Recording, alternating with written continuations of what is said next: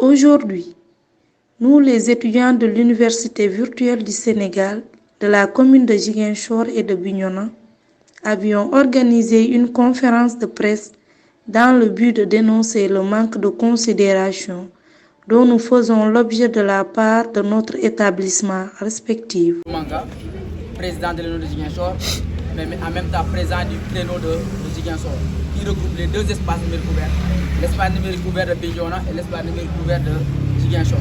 C'est pour cela que mon homologue président de Bignona, il est là. On peut savoir pourquoi avez-vous convié la presse?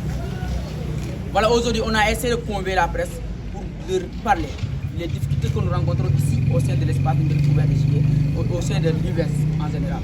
Parce que ça fait plus de 1 mois que notre très chère administration est en grève parce qu'ils veulent une revalorisation de leur salaire et que le ministre de l'enseignement supérieur continue de faire la chose.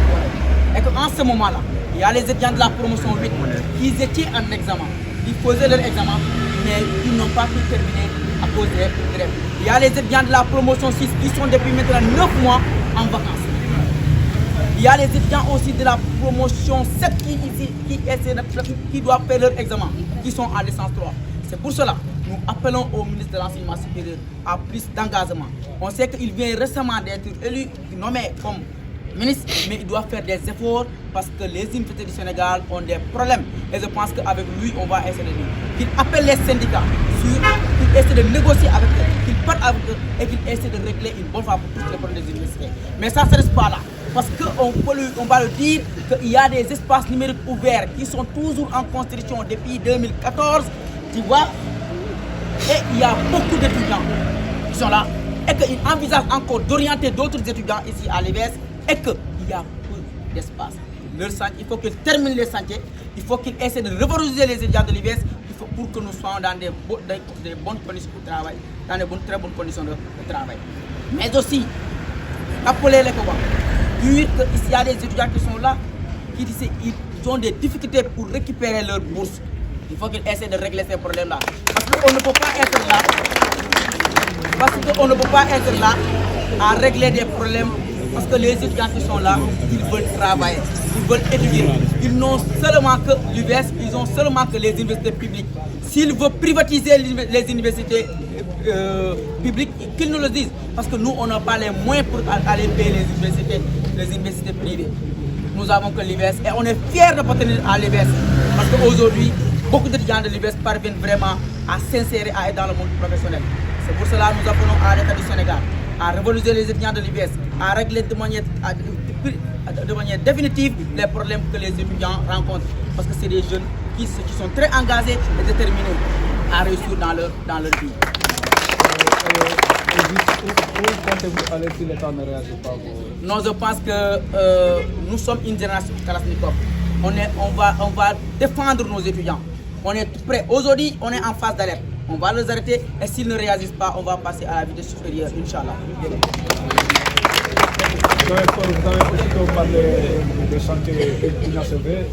Et quels sont ces chantiers-là? Voilà, il y a l'espace numérique ouvert de Bignona qui est toujours en chantier, qui n'est pas terminé. Il y a l'espace numérique ouvert de Ziguinchor qui est utilisé depuis plus de 5 ans ou 6 ans. On a commencé cette question avec le nom de Kolda. Le nom de Kolda, ils ont déjà commencé à utiliser là-bas. Mais jusqu'à présent, le nom de Ziguinchor n'est pas encore réfectionné. Et vraiment, c'est déplorable. Et il y a une nombre pléthorique au sein de quand nous organisons des événements. L'administration a des problèmes pour que les étudiants puissent être dans de très bonnes conditions pour faire leur examen. Il y a aussi le calendrier universitaire où nous demandons vraiment aux coordonnateurs vraiment d'essayer de régler pour le programme pour que les étudiants aient que l'UVS ait un calendrier universitaire stable qui va permettre à tous les étudiants de dire qu'on va commencer tant nos cours et on va les terminer tant, on va considérer l'examen. C'est bon. Ah oui, alors, un cri de cœur que nous faisons appel à la presse. Rien que pour dire que nous souffrons dans les espaces numériques. Et pour autant que, à un moment donné, quand ils souffrent, il faut vraiment montrer aux gens que vraiment vous souffrez. Aujourd'hui, c'est à l'UVS qu'on voit une année universitaire qui se fait 1 an et demi ou 2 ans. Ça, c'est anormal. C'est très anormal.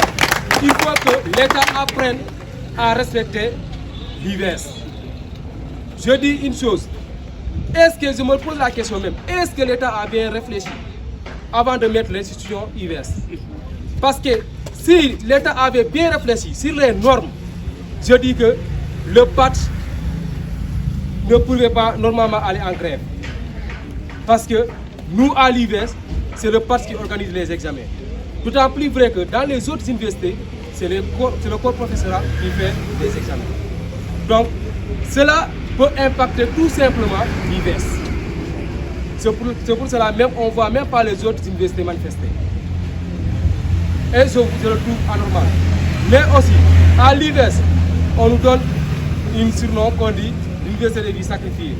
Mais néanmoins, nous tenons cœur à cette institution pour dire que nous ne sommes jamais découragés et nous nous sommes montrés carrément qu'à partir de l'UVS, on peut réussir.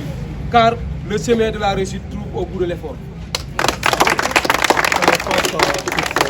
Tous ces mots que vous rencontrez, quelle est la solution que vous allez proposer au ministre de l'Enseignement supérieur pour vraiment résoudre vos problèmes?